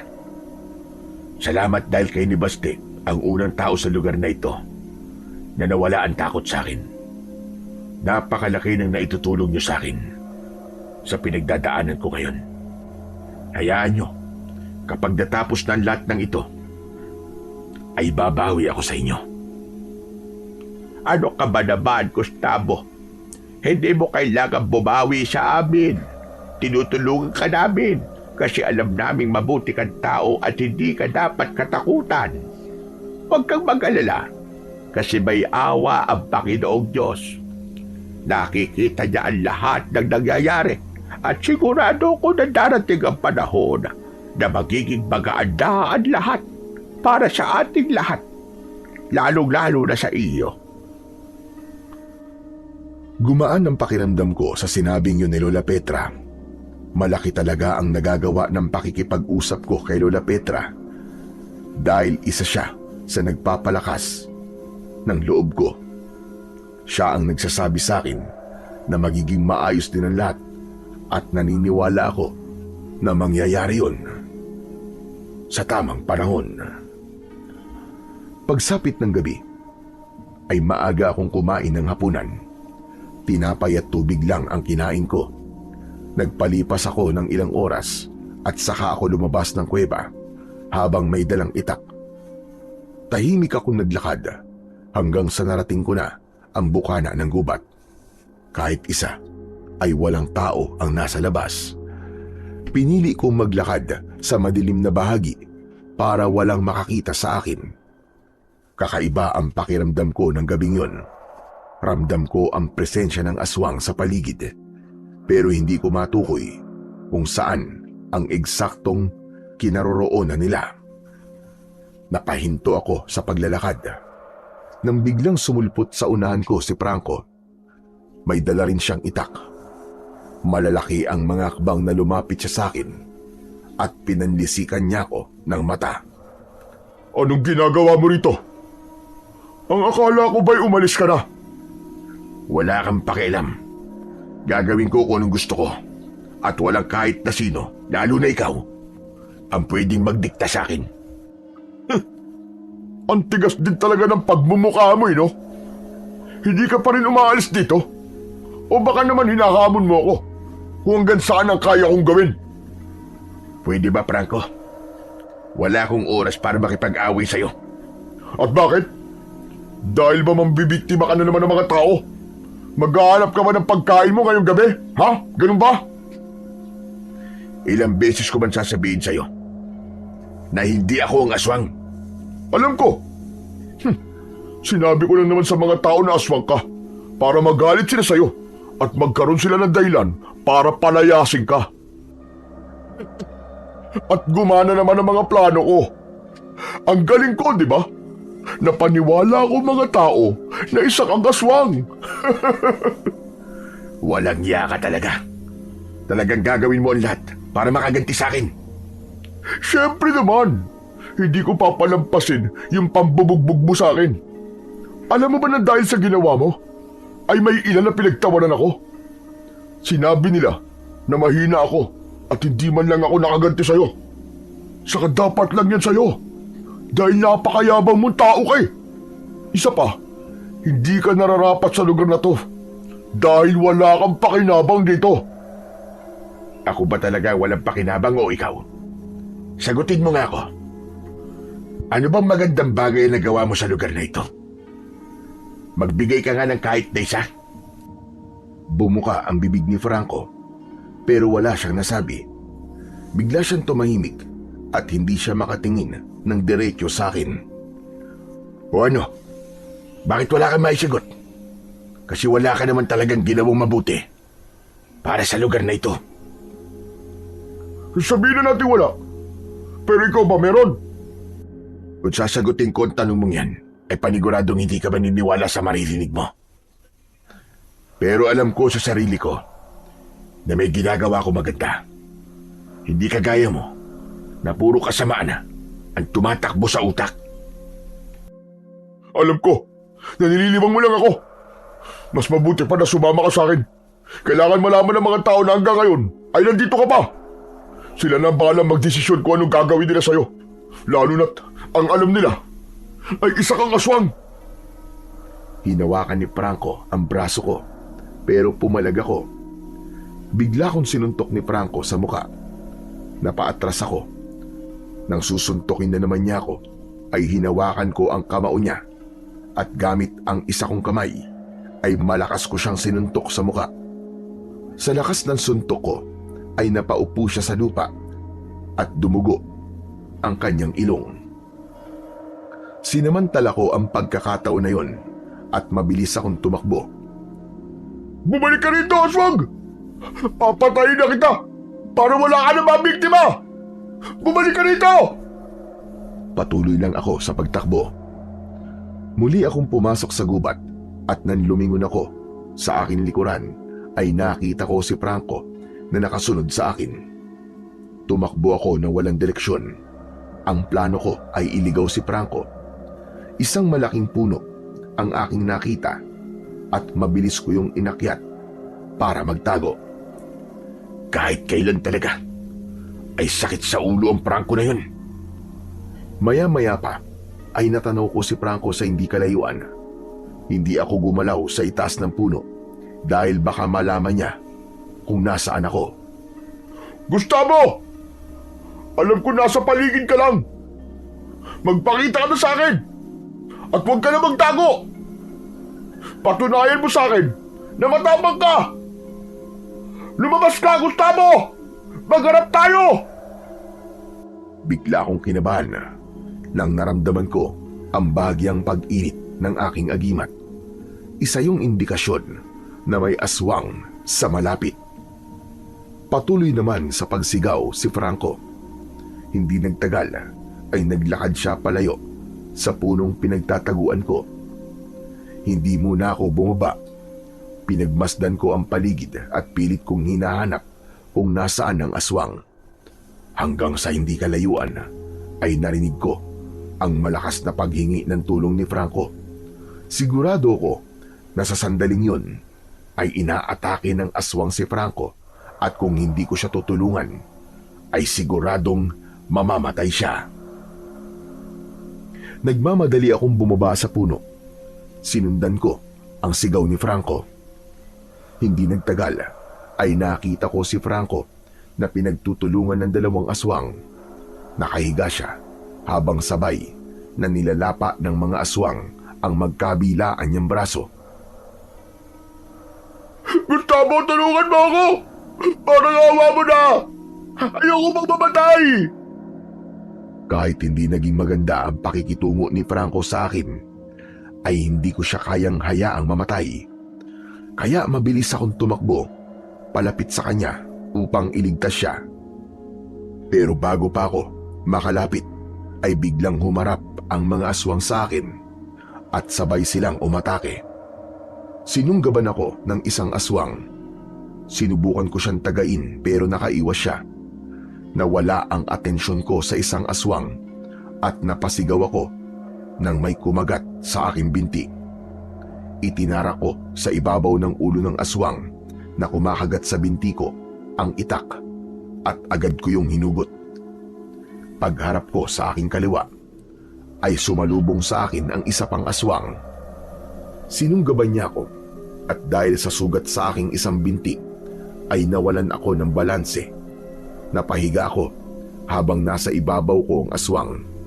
Sasakmalin sana ako ng aswang pero mabilis kong isinangga ang aking braso at doon bumaon ang mga pangil ng aswang. Tiniis ko ang sakit. Hinayaan ko ang aswang na kagatin ako. Ibinuhos ko ang lahat ng lakas ko para makatayo. At nang nagawa ko ng makatayo, ay inundayan ko ng saksak sa tiyan ang aswang. Kumawala ang ngipin niya sa braso ko at napaatras siya.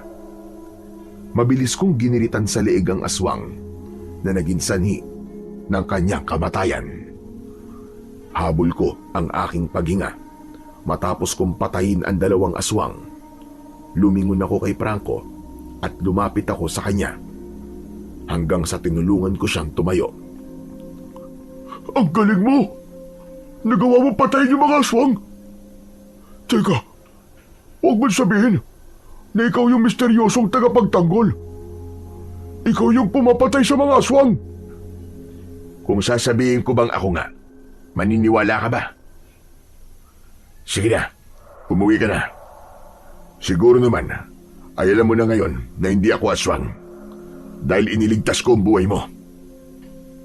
Hindi na nakapagsalita pa si Franco. Marahil ay hindi pa rin siya makapaniwala sa mga nangyari. Tumalikod na ako para umalis. Nakakailang hakbang pa lang ako nang tawagin ako ni Franco. Pagharap ko sa kanya ay nagtaka ko nang bigla niya akong niyakap at narinig ko ang pag-iyak niya. Maraming salamat. Salamat dahil iniligtas mo ako. Akala ko talaga mamamatay na ako kanina eh. Akala ko hindi mo ako tutulungan dahil sa masasamang bagay na ginawa ko sa'yo sa lahat ng kasalanan ko. Tawarin mo ako, Gustavo. Patawad. Lahat gagawin ko para na mapatawad mo ako. Pwede ba? Tumigil ka nga sa pag-iyak mo. Hindi bagay sa'yo eh. Para kang kalabaw na umaatungal. Bagya kong itinulak si Franco. Napapahiya niyang pinunasan ang luha niya. Pasensya ka na talaga. Hindi mo kasi talaga mapigil ang hindi umiyak eh. Kasi akala ko talagang katapusan ko na eh. Pero, bakit mo pala ako tinulungan, Gustavo? Sa lahat ng kasalanan ko sa'yo, nagawa mo pa rin akong ipagtanggol laban sa mga aswang. Simple lang ang sagot ko sa talong na yan. Dahil kailangan mo ang tulong ko. Kahit na wala akong ginawa, kundi ang awayin ka. Kahit masama ang ugali mo, ay tao ka pa rin. Hindi kita pwedeng hayaang mamatay. Isa pa, hindi pa huli ang lahat. Para magbago ka. Baguhin mo na ang style mo na yan. Bulok na yan.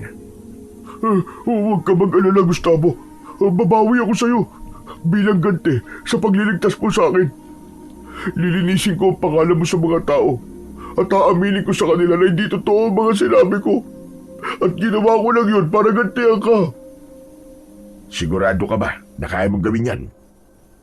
Sa pagkakakilala ko sa iyo alam kong hindi ka marunong magpakumbaba. Gagawin ko, promise. Tatanggapin ko kahit marami magalit sa akin. Ang gusto ko lang ay maitama ang lahat ng pagkakamali na gawa ko. Lalong-lalo na sa'yo. Kanina kasi habang inaatake ako ng aswang, ay doon ko napagtanto kung gaano ako kasamang tao.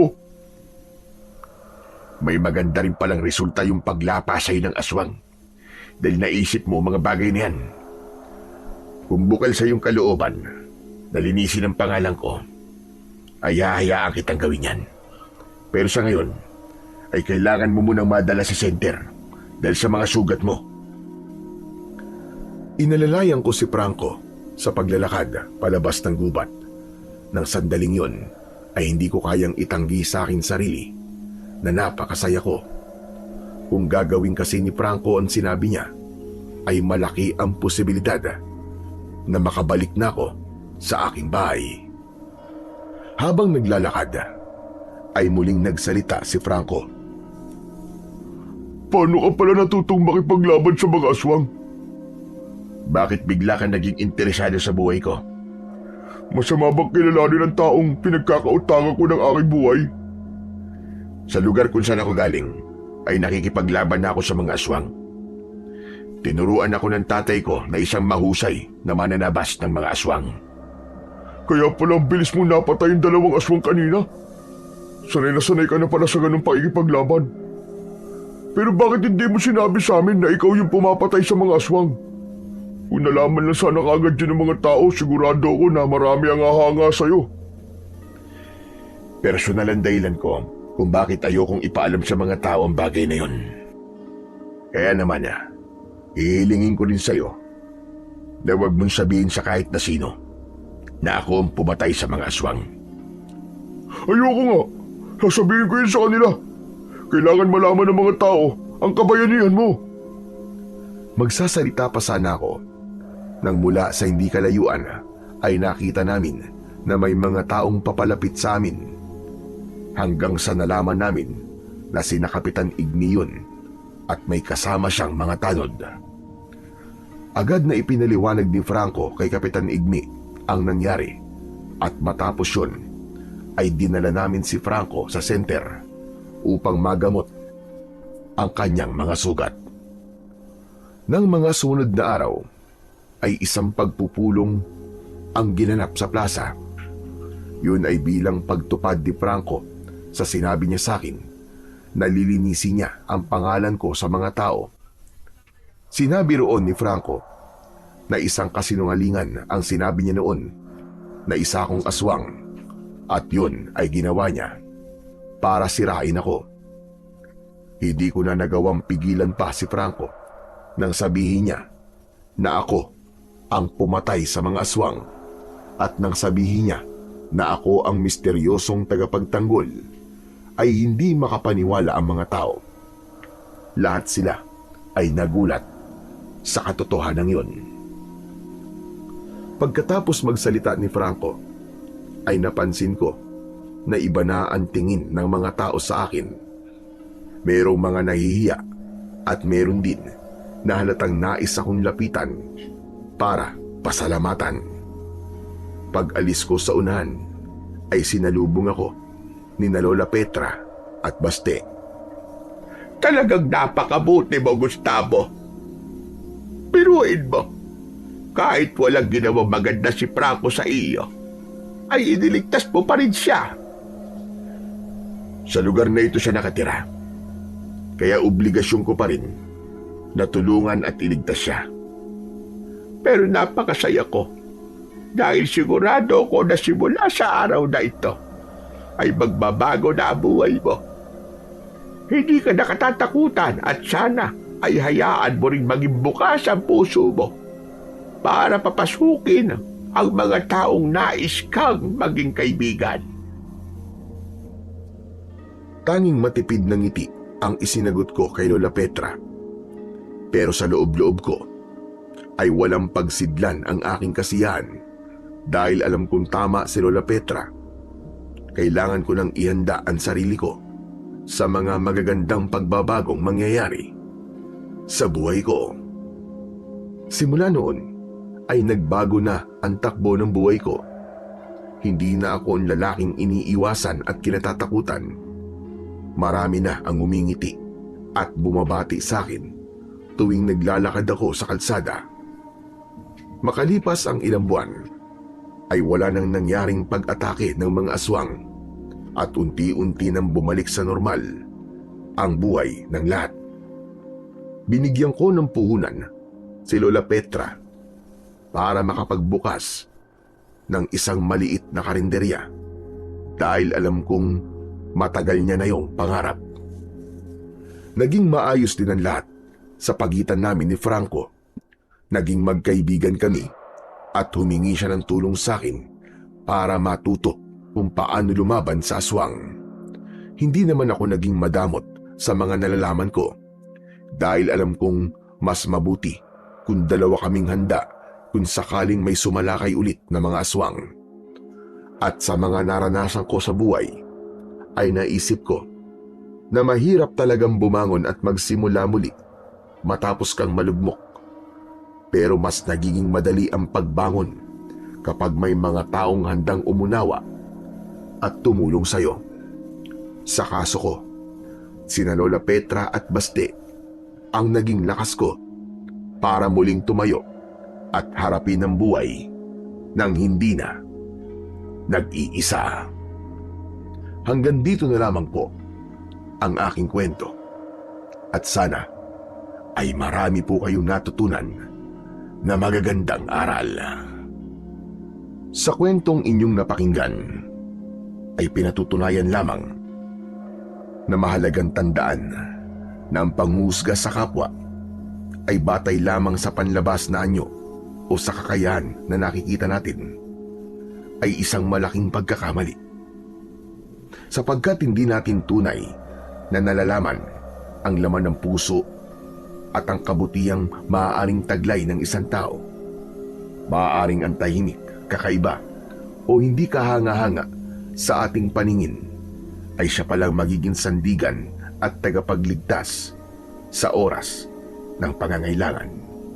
At maaaring siya rin ang may pusong handang tumulong nang walang hinihintay na kapalit. Kaya sa halip na mangusga, mas makabubuting pagtuunan natin ng pansin ang sariling asal at ang mga mabubuting gawa na maiaambag natin sa lipunan. Sa pamamagitan nito, nagiging daan tayo ng pagkakaunawaan, respeto at kapayapaan. Mga haliging magpapaganda sa ugnayan ng bawat isa at magpapatatag sa ating bayan.